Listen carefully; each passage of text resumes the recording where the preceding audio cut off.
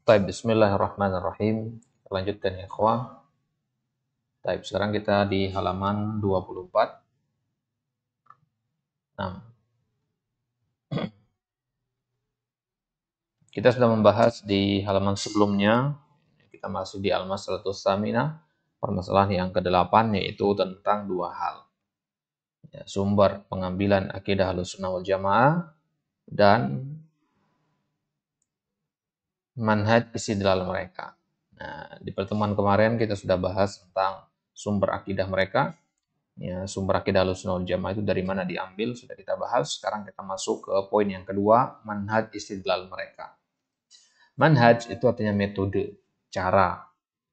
Ya, al-istidlal arti proses mengambil dalil, mendasarkan sesuatu pada ayat atau hadis, itu namanya istidlal. Nah, dikatakan di sini fa inna ahlas sunnati wal jamaah, Ahlussunnah wal Jamaah lahum qawaid ma'lumah. Mereka memiliki kaidah-kaidah yang diketahui, kaidah-kaidah masyhur. Fit ta'amul, dalam bermuamalah, ma'a masadir talaqi, bersama masdar talaqi, Al-Quran dan Sunnah maksudnya. Jadi bagaimana Ahlussunnah wal Jamaah bermuamalah dengan Al-Quran dan Sunnah, gitu maksudnya. Bermuamalah artiannya di sini adalah beristidlal. Man salakaha, barang siapa yang menempuh kaidah-kaidah ini, aturan-aturan ini, faqad salaka jadata ahli sunnah, maka dia telah menempuh jalannya ahli sunnah. Wa man hadda anha, barang siapa yang memusuhi jalan ini, falya'lam annahu qad waqa'a fi masaliki ahli dhalal. Ya, maka ketahuilah sungguhnya dia telah terjatuh ke dalam ya jalannya ahli dhalal. Wa min tilkal qawaid, di antara kaidah-kaidah itu, yang menghafalkan judul-judul ini ya. Kaidah yang pertama adalah ini pentingnya ikhwah, kaidah-kaidah ini bisa kita artikan sebagai ya ringkasan dari kitab-kitab yang besar-besar itu. Jadi bagaimana Ahlussunnah wal Jamaah berakidah. Nah, inilah akidah-akidahnya itu. Ya, yang pertama misalkan al-ihtijaj bi khabaril ahad. Ahlussunnah wal Jamaah menghukumi bahwasanya boleh berhujjah dengan khabar ahad. In sahha, dengan syarat dia sahih fil aqaid wasyara'i, dalam masalah-masalah akidah atau dalam masalah-masalah syariat. Boleh berhujjah dengan khabar ahad kalau dia sahih. Ini perbedaan Ahlussunnah wal Jamaah dengan beberapa firqah yang lainnya. Beberapa firqah mengatakan khabar ahad itu tidak bisa dijadikan sebagai hujjah. Karena khabar ahad itu kan hanya diriwayatkan satu orang. Berarti orang yang mengatakan khabar ahad itu bukan dalil, mereka tuh nggak terima hadis-hadis semisal innamal amalu binniyat. Itu kan hadis ahad deh, karena hanya Umar yang meriwayatkan. Nah, tapi yang benar dalam masalah ini adalah khabar ahad itu adalah dalil dan hujjah menurut akidah Ahlussunnah wal Jamaah. Dalam masalah akidah ataupun dalam masalah fikih. Kalau dalam masalah fikih, ya tidak diragukan lagi. Artinya banyak pendapat yang condong kepada itu. Yang jadi permasalahannya adalah dalam masalah akidah. Boleh nggak kita berakidah? Dasarnya adalah khabar ahad. Jawabannya boleh. Nah, ini akidah Ahlussunnah wal Jamaah. Ini bahkan bisa jadi judul satu kitab ini. Ya. Hujjiyatu khabaril ahad. Ya. Tingkat kehujahannya khabar ahad. Nah, ingat dulu ada salah seorang kawan yang menulis bahas ya setebal sekitar 100 sampai 150 halaman membahas tentang khabar ahad ini. Apakah boleh dijadikan dalil atau tidak. Nah, ini permasalahan yang luas sekali. Ya, kita ringkas di sini, hukumnya boleh. Nah, jadi khabar ahad itu lawan dari khabar mutawatir. Kaidahnya adalah ikhwah, khabarul mutawatir kulluha maqbulun. Khabar mutawatir itu seluruhnya makbul. Adapun khabar ahad minha maqbulun wa minha mardudun. Ada yang ditolak, ada yang diterima. Gitu. Nah, kemudian kaidah selanjutnya dalam masalah khabar ahad ini adalah ya idza kana khabarul ahadi sahihah. Idza kanat khabarul ahadi sahihah fahiya dalilun fil aqaid wal ahkam. Maka dia adalah dalil dalam masalah akidah dan dalam masalah fikih. Artinya boleh dipakai sebagai dalil. Apa dalilnya? Ya, apa landasannya? Ya, landasannya adalah ya, ketika Nabi Shallallahu Alaihi Wasallam diperintahkan oleh Allah Subhanahu Wa Taala untuk istidarah, muter kiblat dari Baitul Maqdis ke Masjidil Haram. Ya, ketika itu kan Nabi sedang sholat di Masjid Kiblatain. Nah, Nabi masuk rakaat ketiga, Nabi putar arah kiblat. Nah, kemudian adalah satu orang dari sahabat yang segera berlari menuju kepada penduduk Kuba. Jarak dari Kuba ke Masjid Kiblatain itu lumayan jauh. Nah, penduduk Kuba ini lagi sholat juga mereka. Nah, datang satu orang tadi bilang bahwasanya kiblat telah dirubah, maka mereka segera berubah kiblat. Cuman satu orang yang datang. Berarti di sini mereka menerima khabar ahad, gitu. Dan sholat mereka sah, Nabi tahu itu dan Nabi tidak mengomentari apa-apa, artinya boleh. Banyak lagi dalil yang lain. Dalil yang lain misalkan ya ketika Nabi SAW mengutus Mu'adz bin Jabal ke Yaman, bahwasanya engkau nanti akan dapati di sana penduduk ahli kitab, sampaikan kepada mereka bahwasanya tauhid itu la ilaha illallah dan sebagainya. Itu menunjukkan berarti hanya satu orang ini Mu'adz ini. Ya, berarti khabar ahad dari satu orang itu boleh diterima. Gitu. Contoh yang lain misalkan Ummu Salamah, ya, dalam riwayat Muslim disebutkan ketika ada seorang datang perempuan bertanya kepada Nabi, ketika itu Nabi sedang duduk di sampingnya ada Ummu Salamah. Perempuan tadi bertanya, ya Rasulullah, ayaqabilus shaim, ya, orang yang berpuasa itu boleh berciuman tidak dengan istri, boleh mencium istri, mencumbu istrinya tidak. Maka Nabi malu menjawab, dia mengatakan, ya, sal hadhihi, ya, tanya dia, ya, tanya Ummu Salamah, ya, istri beliau. Maka kemudian ya, Ummu Salamah mengatakan, karena Nabi yaf'alu dzalika. Nabi melakukan hal itu. Nah, berarti kan ucapannya Ummu Salamah ini satu orang tadi diterima dalam masalah. Nah, itu diantara dalil atas hujjatu khabaril ahad. Berarti ya permasalahan ini, ikhwah, ini adalah diantara permasalahan yang masuk ke dalam fikih dan usul fikih. Ya, jadi kalau antum bahas permasalahan fikih itu nggak semuanya masuk dalam bahasa usul fikih. Nah, artinya saking pentingnya dan saking mendasar dan fundamentalnya permasalahan ini bisa menjadi tolak ukur pembeda mana ahlus sunnah dan yang bukan. Segitu besar implikasinya ini. Maka tekankan di sini bahwasanya khabarul ahad itu adalah hujjah. Ya, itulah akidah yang benar. Fa inna min qawaidi ahli sunnah anna khabarul ahad yufidul ilma wal amala. Di antara kaidah Ahlussunnah bahwasanya kabar ahad itu yufidul ilma, mengandung ilmu, ya, wal amal, dan wajib diamalkan. Insahha, dengan syarat dia sahih. Au talaqqathul ummatu bil qabul, atau umat menerimanya. Artinya diterima secara umum. Au istafadha khabaruhu, atau khabarnya sudah tersebar. Ya, artinya khabar ahad ini masyhur di kalangan orang. Nah, ini bantahan kita untuk orang yang menolak khabar ahad. Khabar ahad itu kalau sudah terkenal, ya wajib diterima, gitu. Ya, misalkan hadis innamal amalu binniyat, meskipun dia khabar ahad, katakanlah Anda nggak terima khabar ahad, tapi innamal amalu binniyat harus Anda terima. Kenapa? Karena dia, kata Imam Syafi'i saja, masuk dalam lebih dari 70 permasalahan fikih. Nah, artinya dia masyhur sekali. Walam yakun as-salafu yufarriquna bainal Qur'ani was sunnah fil usuli wal furu'. Para salafus saleh itu nggak pernah membedakan antara Al-Quran dan Sunnah dalam masalah usul atau masalah furu'. Nah, kalau kita sebut istilah usul itu maksudnya akidah, ya. Al-furu' itu maksudnya fikih. Wa inna ma kanatil ibratu indahum as-sihhatu was-subut. Para ulama itu nggak membedakan Al-Quran dan Sunnah. Yang mereka patokannya adalah kepada sahih atau tidaknya. Ya, kalau Al-Quran jelas sahih, kan. Kalau Sunnah, ya, pastikan dulu sahih atau tidaknya. Fa idza thabatatis sunnah wajaba qabuluha. Kalau sunnah itu telah sahih, dipastikan sahih, maka wajib diterima. Fal ihtijaju biha, wajib kita berhujjah dengannya. Wala farqa baina mutawatirin wa ahad. Tidak ada beda antara hadis mutawatir dan hadis ahad. Nah, ini konsekuensinya kalau kita mengatakan khabar ahad itu bukan sunnah, ya, bukan hujjahan, maka kita menganggap dia bukan bagian dari sunnah karena tidak diamalkan. Jadi, kalau antum nggak menganggap khabar ahad sebagai hujjah, berarti antum nggak amalkan dia. Nah, kalau antum nggak amalkan dia, berarti antum membuang satu dalil.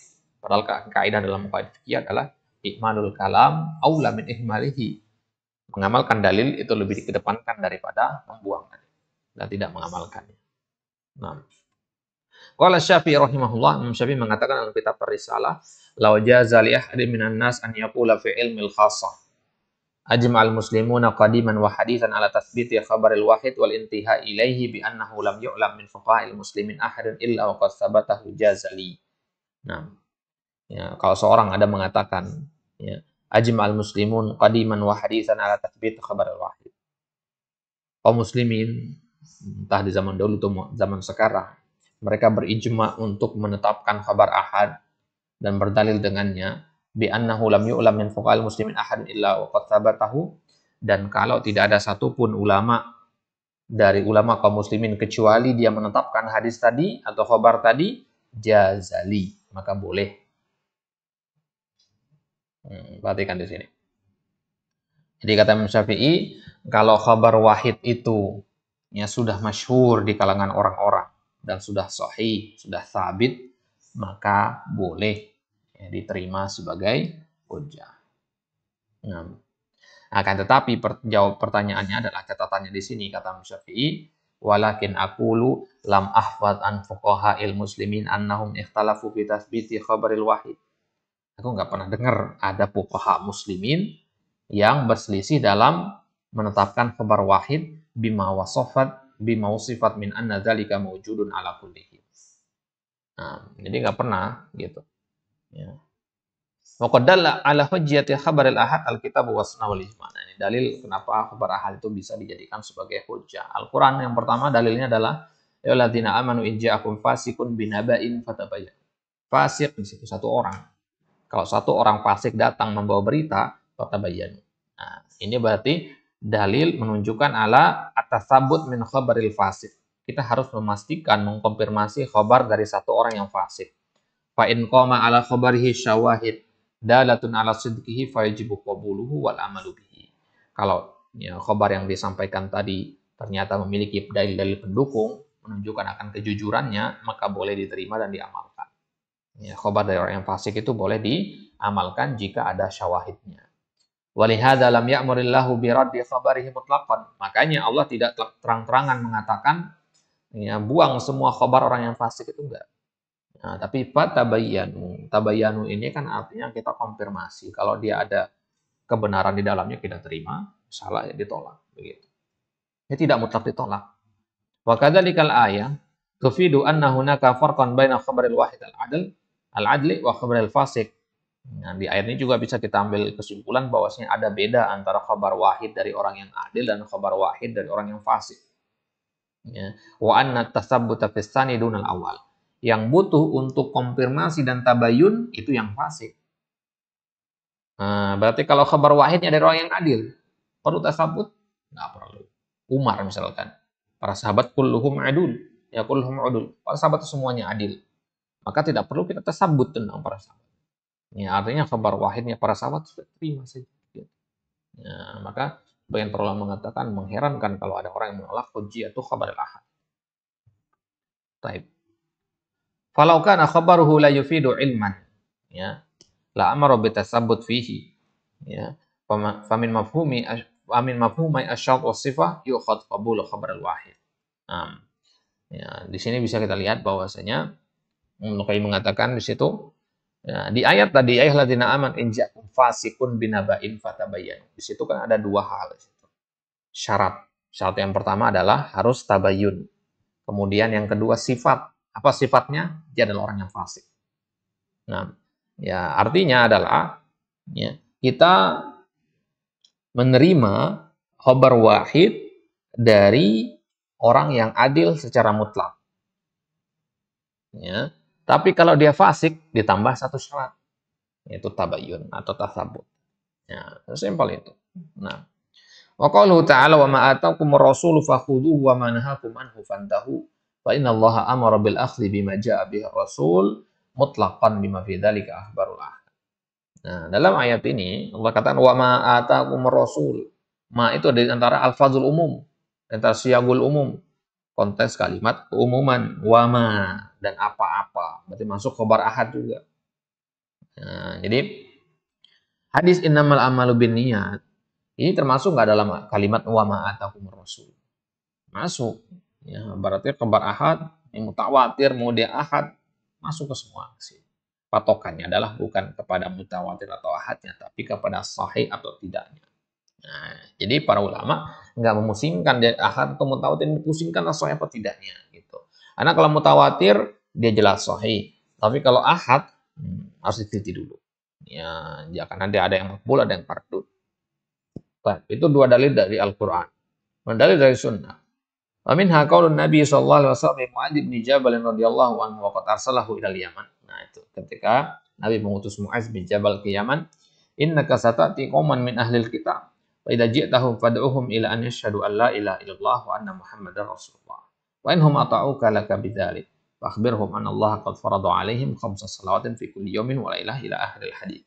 Ini kan satu orang yang diutus, ya, yaitu Mu'adz. Ya, berarti kalau antum sebagai penduduk Yaman yang didatangi oleh Mu'az dan antum berkeyakinan bahwasanya khabar ahad tidak bisa diterima, berarti antum nggak akan sholat, nggak akan zakat. Ya, karena Nabi nggak datang ke sana, Nabi mengutus utusan yaitu Mu'az. Gitu. Wa hadzal hadits yadullu ala qabuli khabaril wahid fil aqaid wal ahkam. Dan Mu'az itu kan bukan hanya datang membawa tata cara sholat, tapi juga membawa masalah akidah kan. Ya, bahkan itu yang pertama kali diajarkan oleh Mu'az. Ini menunjukkan berarti khabar ahad itu bisa dipakai meskipun dalam masalah akidah. Li'anna Nabi sallallahu alaihi wasallam arsala Mu'adzan wa huwa wahid wa amarahu bi tablighid din bima fi dzalika at-tauhid. Wa hadha dalilun wadihun ala hujjati khabaril wahid fil i'tiqad. Wa qad tahajja bil ulama ala qabuli khabaril wahid wal amali bihi. Dari sini para ulama berhujjah bahwasanya boleh menerima khabar wahid dan mengamalkannya. 6. Begitu juga marwahu Muslim fi sahih min hadits Anas bin Malik radhiyallahu anhu qala anna ahli Yaman qadimu ala Rasulillah sallallahu alaihi wasallam faqalu ib'as ma'ana rajulan yu'allimuna as-sunnata wal Islam. Ketika penduduk Yaman datang ke Madinah untuk menemui Rasul kemudian bertanya, ya Rasulullah, coba kirimkan ke kami satu orang laki-laki untuk mengajarkan kami sunnah dan Islam. Kemudian Nabi mengambil tangannya Abu Ubaidah. Ya, hadza aminu hadil Kemudian Nabi mengatakan ini adalah orang yang amanah dari umat ini.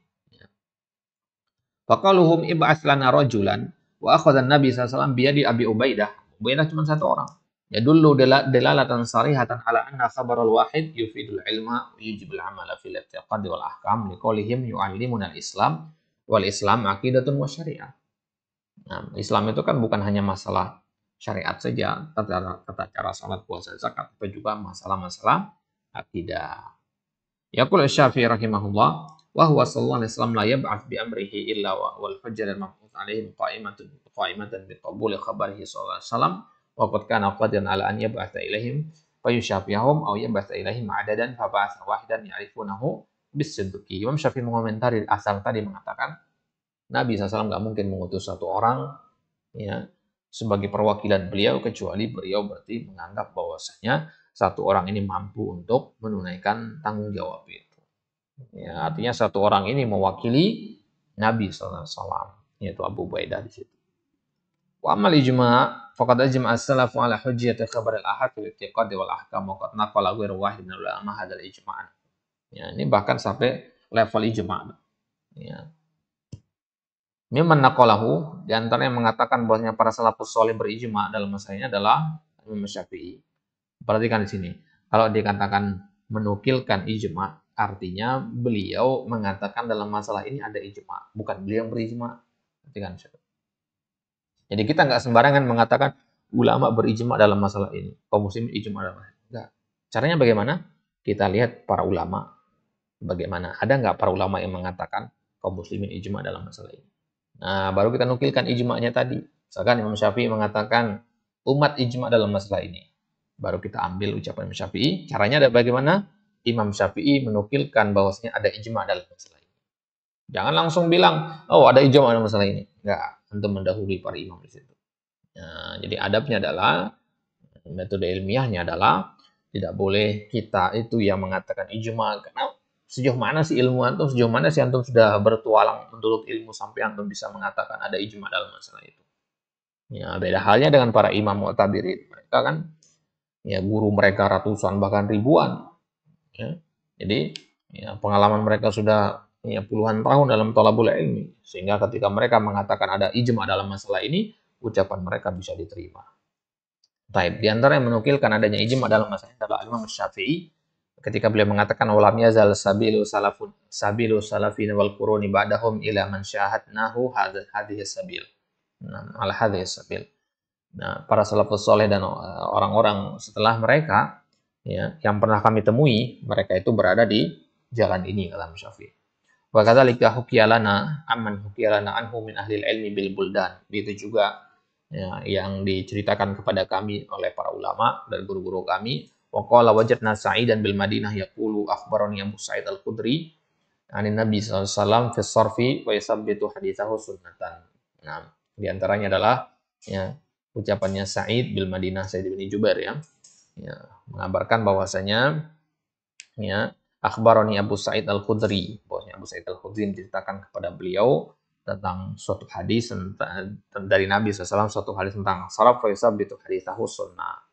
Nah, kemudian maka Sa'id menetapkan riwayatnya Abu Sa'id tadi sebagai sunnah. Artinya Sa'id Al-Khudri, Sa'id bin Jubair menerima riwayat satu orang yaitu Abu Sa'id Al-Khudri. Itu contohnya kata Imam Syafi'i. Contoh yang lain adalah Abu Hurairah, dari Nabi SAW, fa yusabbitu haditsahu sunnah.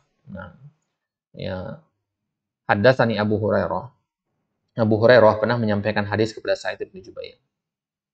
Nah, ya, dan Abu Hurairah hanya satu orang saja. Nah, fa yusabbitu haditsahu sunnah. Maka Sa'id bin Jubair menetapkan itu sebagai sunnah.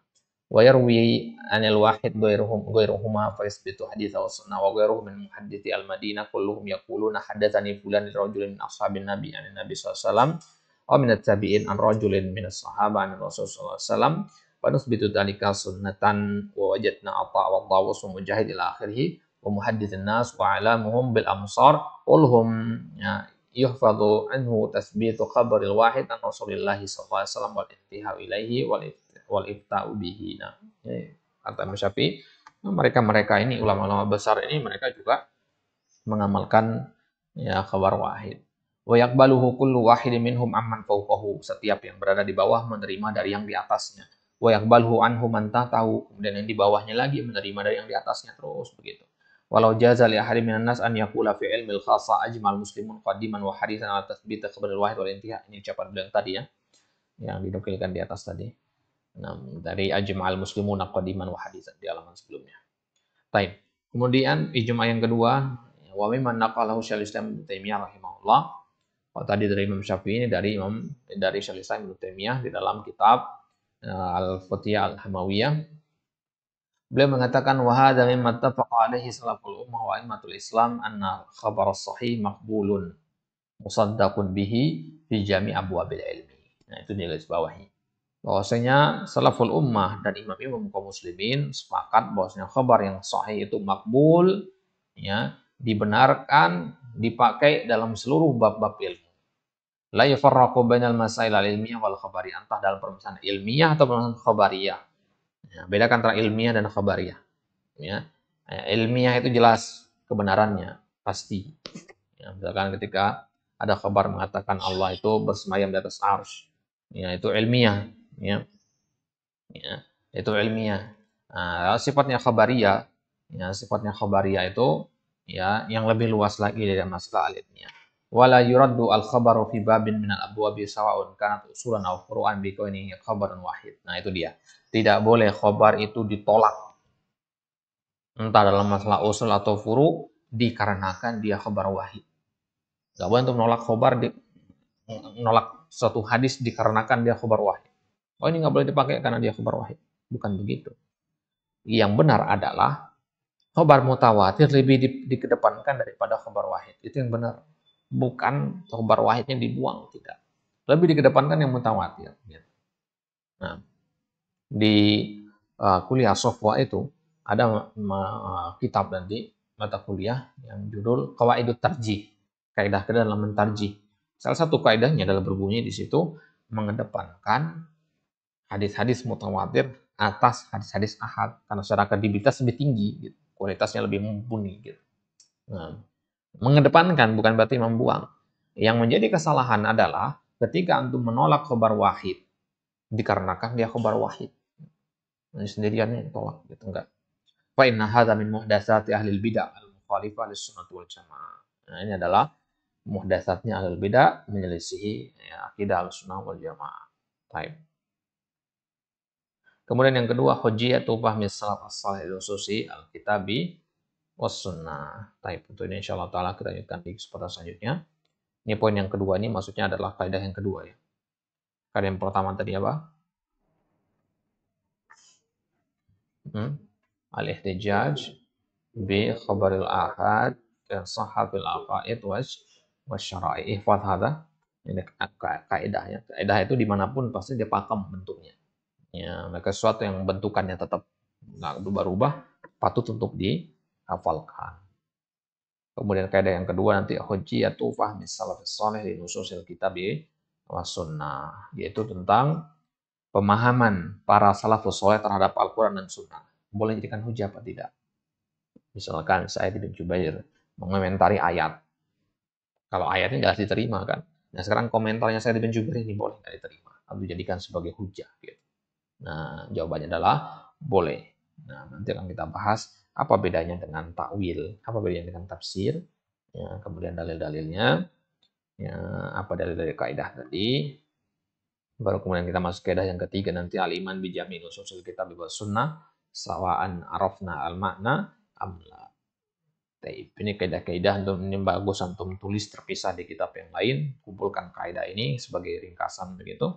Judul babnya saja, kaidah-kaidahnya kemudian dihafalkan. Karena ini kaidah yang penting sekali. Baik. Allah taala ala wa alam wa sallallahu ala nabiyina Muhammadin wa ala alihi wasallam wa akhiru da'wana alhamdulillahi rabbil alamin.